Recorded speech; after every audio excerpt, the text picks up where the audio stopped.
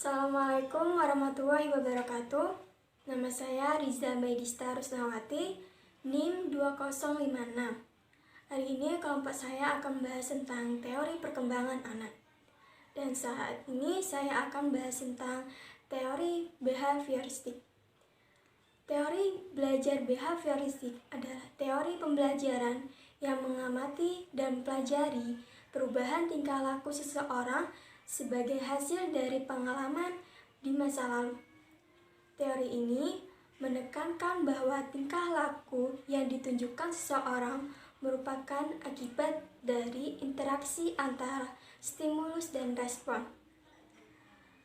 Stimulus adalah apa saja yang diberikan guru kepada siswa, sedangkan respon berupa reaksi siswa terhadap stimulus yang diberikan oleh guru. Dan kemudian guru akan melakukan reinforcement, yaitu penguatan kepada siswa berupa tugas agar siswa benar-benar bisa mendalami apa saja yang disampaikan oleh guru. Teori belajar behavioristik cenderung mengarahkan siswa untuk berpikir.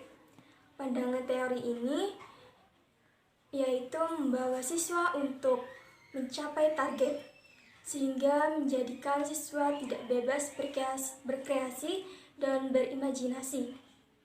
Pembelajaran yang dirancang pada teori ini memandang pengetahuan berupa objektif, yang artinya apa yang diterangkan oleh guru itulah yang harus dipahami oleh siswa karena bertujuan untuk melihat terjadinya perubahan tingkah laku. Ciri dari implementasi suksesnya teori ini yaitu adanya perubahan perilaku yang pernah dialaminya. Dan perubahan itu tanda bahwa seseorang telah merespon suatu kejadian yang pernah ia alami dan tidak menggunakan respon yang sama pada masa yang akan datang. Misalnya, pendisiplinan murid yang tidak mengerjakan PR dengan mengurangi poin perilakunya yang menjadi pertimbangan pemberian nilai rapot. Maka dengan diadakannya pendisiplinan itu, murid akan merespon di pikirannya dengan lebih giat lagi dalam pengerjaan tugas dan akan mengerjakan tugasnya tidak terlambat dan dia tidak akan mengulangi perbuatannya lagi. Dengan cara merespon itulah tanda bahwa siswa dengan perubahan tingkah laku. Yang kedua, implementasi juga dapat di kehidupan sehari-hari. Contohnya, ketika terlambat datang kerja, maka pekerja tersebut mendapatkan sanksi mulai dari teguran sampai surat peringatan. Adapun kekurangan dari teori behavioristik. Yang pertama, berpusat pada tenaga pendidik atau guru. Murid terlalu pasif dan sehingga membuat peserta didik tidak bisa berkreasi sesuai kemampuannya hingga anak menimbulkan rasa bosan karena siswa terus menerima materi tanpa dilibatkan untuk berpikir sesuai dengan pendapatnya. Yang kedua, lebih mengutamakan hafalan dibandingkan latihan. Pembelajaran pada teori ini cenderung menggunakan metode belajar yang kuno dan kurang efektif. Kesalahan sedikit saja akan menimbulkan hukuman. Peserta didik berpikir bahwa apa yang diterangkan oleh guru itulah yang paling benar, paling baik, dan paling relevan. Yang ketiga, kaku dan membosankan. Tidak ada suasana menyenangkan setiap kali pembelajaran karena siswa tergolong tidak kreatif kecuali dengan memberikan reward ketika mereka melakukan hal yang diinginkan. Yang keempat, individu dibentuk menjadi pasif dan inovatif. Hal ini dikarenakan selama proses pembelajaran mereka harus menerima ilmu, bersaing untuk mencapai target, dan bahkan sudah terbiasa tertekan terhadap guru yang selalu menuntutnya untuk belajar. Ada kekurangan dan juga ada kelebihan dalam teori ini. Kelebihannya yaitu pertama, sesuai dengan materi pembelajaran. Teori ini dinilai cukup cocok dengan pembelajaran yang bertujuan memiliki kemampuan serta pembiasaan yang disiplin pada setiap siswa. Kedua, materi pembelajaran dirancang secara khusus. Materi pembelajaran yang diberikan setiap individu yang memiliki niat dan tekad untuk mempelajari materi dengan sungguh-sungguh. Harapannya peserta didik bisa memahami semua pelajaran yang diberikan oleh guru. Yang ketiga, membangun konsentrasi individu. Teori ini memaksa individu untuk belajar dan harapannya mereka bisa membangun konsentrasi sebaik mungkin ketika belajar. Keempat, sesuai dengan pemahaman belajar pada anak. Teori ini melatih memberikan respon secara cepat dengan membentuk konsentrasi secepat mungkin. Selain itu, membantu anak-anak belajar dengan cara meniru. Dan mungkin ini cocok untuk sekolah di PAUD yang anak bisa meniru di saat pembelajaran. Yang kelima, perubahan belajar menjadi tolak ukur keberhasilan. Hasil dan pembelajaran menggunakan teori belajar ini bisa diamati. Misalnya, guru memberikan tugas terkait pembelajaran yang sudah dijelaskan dan jika siswa merespon sesuai dengan apa yang dijelaskan oleh guru, maka siswa itu berhasil dalam belajar menggunakan teori belajar behavioristik ini. Assalamualaikum warahmatullahi wabarakatuh. Perkenalkan, nama saya Banatul Mukaromah, NIM 5020. Saya akan menjelaskan tentang teori maturation. Teori maturation disebut juga dengan teori kematangan. Teori kematangan ini pertama kali ditemukan oleh tiga para ahli, diantaranya Rousseau, Hall, dan Gesell. Menurut mereka, teori maturation berisi tentang semua anak harus diberi kesempatan untuk berkembang. Sedangkan konsep perkembangan anak menurut Gesell, ia berpendapat bahwasanya perkembangan pada anak terjadi karena disebabkan oleh adanya faktor lingkungan dan faktor genetika. Sedangkan menurut Hall, ia menerapkan teori evolusi yang berisi tentang perkembangan jiwa yang menekankan pada ontologensi, rekapitulitas, poligensi, yang artinya perkembangan anak dari sejak lahir menuju kedewasaan merupakan proses sederhana di antara proses makhluk hidup menuju proses kesempurnaan.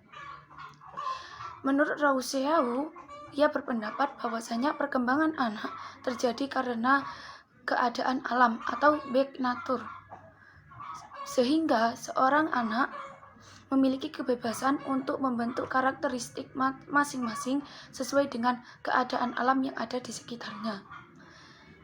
Teori maturation menjelaskan bahwasanya perkembangan fisik, sosial, emosional, dan intelektual tergantung pada tahapan perkembangan anak yang memiliki perbedaan masing-masing. Teori maturation juga menjelaskan bahwasanya perkembangan pada anak disebabkan oleh faktor lingkungan dan faktor genetika. Oleh karena itu, ketika seorang anak ditempatkan pada lingkungan yang memiliki lingkungan yang optimal, maka anak tersebut akan berpotensi semakin tinggi. Sedangkan ketika anak tersebut ditempatkan pada lingkungan yang tidak optimal, maka potensi yang ia dapat akan terlambat atau mungkin tertinggal. Faktor lingkungan dan faktor genetika juga mempunyai peran yang sangat penting dalam hal kesuksesan sosial dan intelektual, terutama pada lingkungan sekolah. Wasti Sumanto menjelaskan bahwasanya perkembangan pada anak terdiri dari beberapa aspek perkembangan, di antaranya yaitu perkembangan fisiologis, perkembangan psikologis, dan perkembangan pedagogis. Yang pertama yaitu perkembangan fisiologis. Perkembangan fisiologis terjadi ketika manusia berumur 17 tahun sampai dengan 20 tahun, di mana pada tahap ini perkembangan anak menuju kematangan fisiologisnya dan membantu manusia untuk melangkah positif dan mampu bertingkah laku sesuai dengan tuntutan sosial dan intelektualnya. Yang kedua yaitu perkembangan psikologis. Perkembangan psikologis menurut Rousseau, ia berpendapat bahwasanya perkembangan pada tahap ini akan dapat ditemukan ketika manusia berumur lebih dari 20 tahun, di mana pada tahap ini manusia dapat membedakan antara 3 jenis tujuan hidup pribadi, di antaranya yaitu pemuasan keinginan diri sendiri, pemuasan keinginan kelompok, pemuasan keinginan masyarakat. Yang ketiga yaitu perkembangan pedagogis. Perkembangan pedagogis menurut John Amos Komentus, ia berpendapat bahwasanya tahap ini akan ditemukan ketika manusia lebih dari 20 tahun, yang mana pada tahap ini perkembangan manusia terdiri dari tahap kematangan pribadi, di mana intelektual suatu individu memimpin semua aspek kematangan pada pribadi. Assalamualaikum warahmatullahi wabarakatuh. Nama saya Melinda Indriani, NIM 5022. Saya akan melanjutkan menjelaskan teori sistem ekologi. Teori ekologi perkembangan anak ini diperkenalkan oleh Uri Brand von Brenner, seorang ahli psikolog dari Amerika Serikat, yang merumuskan teori ekologi dalam psikologi perkembangan untuk menjelaskan bagaimana kualitas yang diwarisi oleh seorang anak dan lingkungan tempatnya berinteraksi dapat mempengaruhi bagaimana tumbuh kembang anak. Hubungan timbal balik antara individu dengan lingkungan yang akan membentuk tingkah laku individu tersebut. Melalui teori ekologinya tersebut, Brand von Brenner menekankan pentingnya mempelajari seorang anak dalam konteks lingkungan yang beragam dan dikenal dengan istilah sistem ekologi dalam usaha untuk memahami proses perkembangannya. Seorang anak biasanya akan berada dalam ekosistem yang berbeda secara simultan, dari lingkungan yang akrab dengannya menuju lingkungan luar ke sekolah dan ke lingkungan yang paling luas yaitu budaya dan masyarakat. Setiap sistem ini tidak dapat dihindari untuk berinteraksi dan saling mempengaruhi setiap aspek kehidupan seorang anak. Dalam teori ekologi Brand von Brenner, ada 5 kondisi lingkungan yang dapat mempengaruhi perkembangan anak. Yang pertama, mikrosistem, yaitu lingkungan yang paling kecil dan langsung dihadapi oleh anak, yaitu lingkungan di mana mereka tinggal dan bertemu dengan orang-orang yang berinteraksi secara langsung. Mikrosistem meliputi rumah, sekolah, atau penitipan anak, kelompok teman sebaya, atau lingkungan komunitas dari anak interaksi. Dalam mikrosistem inilah interaksi yang paling langsung dengan agen-agen sosial berlangsung. Individu tidak dipandang sebagai penerima pengalaman yang pasif dalam setting, tetapi sebagai seseorang yang menolong membangun setting.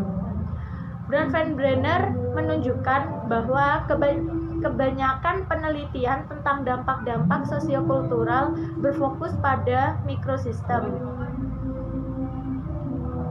Yang kedua ada mesosistem, yaitu interaksi antar mikrosistem yang berbeda di mana seorang anak berada. Pada intinya, mesosistem ini suatu sistem yang terbentuk dari mikrosistem dan melibatkan hubungan antara rumah dan sekolah, teman sebaya, dan keluarga atau antar keluarga dan sekolah dalam psikologi perkembangan. Bermain dengan teman sebaya dengan relasi yang baik dapat mengurangi tekanan pada anak, meningkatkan perkembangan secara kognitif, dan lain sebagainya. Contoh lainnya adalah hubungan antara pengalaman keluarga dan pengalaman sekolah dengan pengalaman keagamaan, dan pengalaman keluarga dengan pengalaman teman sebaya. Yang ketiga ada ekosistem. Dalam teori ekologi Bronfenbrenner, dilibatkan ketika pengalaman-pengalaman dalam setting sosial lain di mana individu tidak memiliki peran aktif mempengaruhi apa yang individu alami dalam konteks yang dekat. Ekosistem berkaitan dengan hubungan yang mungkin terjadi antara dua atau lebih setting lingkungan. Salah satunya kemungkinan bukan lingkungan yang melibatkan seorang anak, namun tetap mempengaruhinya walau bagaimanapun. Orang lain atau tempat lain yang tidak berinteraksi secara langsung dengan anak, namun tetap dapat mempunyai pengaruh kepada anak, meliputi ekosistem itu. Ketahuilah juga mengenai psikologi lingkungan, teori dalam psikologi lingkungan, dan faktor situasional dalam psikologi komunikasi. Yang keempat ada makrosistem. Dalam teori ekologi Bronfenbrenner, meliputi kebudayaan di mana individu hidup. Ingat bahwa kebudayaan mengacu pada pola perilaku, keyakinan, dan semua produk lain dari sekelompok manusia yang diteruskan dari generasi-generasi. Lingkungan yang paling besar dan jauh dari orang-orang dan tempat yang masih dapat memberikan pengaruh signifikan pada anak adalah makrosistem. Lingkungan ini tersusun akan pola budaya dan nilai-nilai sang anak, khususnya keyakinan dan ide dominan anak sebagai mana sistem politik dan ekonomi. Konteks budaya akan melibatkan status sosial dan ekonomi dari seseorang atau keluarganya, etnis ataupun ras. Misal, anak-anak di daerah akan mengalami perkembangan yang berbeda daripada anak yang tumbuh di masyarakat yang damai dan sejahtera. Orang yang dilahirkan di keluarga miskin akan harus bekerja keras setiap harinya, melebihi orang-orang lain. Anggaran pendidikan yang dikurangi oleh pemerintah juga dapat mempengaruhi perkembangan anak, juga anak yang hidup di daerah yang masih tradisional, dan lain sebagainya. Dan yang terakhir ada kronosistem.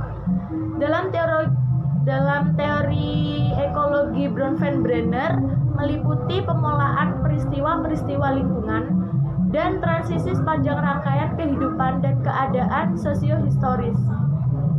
Kronosistem memberikan kegunaan dari dimensi waktu yang mempertunjukkan pengaruh akan perubahan dan kontinuitas dalam lingkungan seorang anak. Kronosistem bisa berupa perubahan, transisi, dan tingkatan dalam struktur keluarga, alamat, status pekerjaan orang tua, perubahan sosial dalam masyarakat seperti ekonomi dan perang.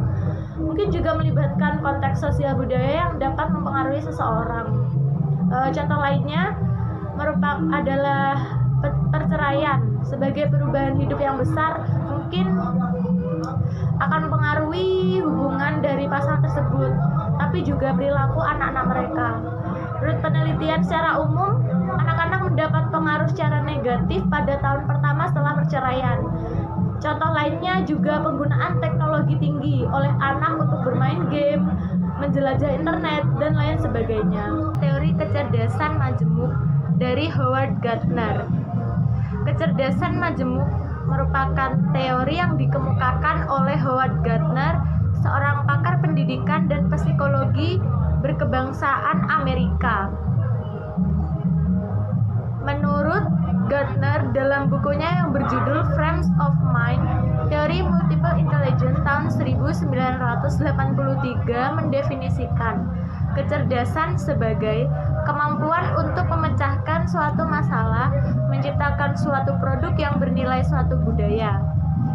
Macam-macam kecerdasan majemuk antara lain kecerdasan linguistik, yaitu kemampuan untuk menyusun pikiran dengan jelas dan mampu mengungkapkannya melalui kata-kata.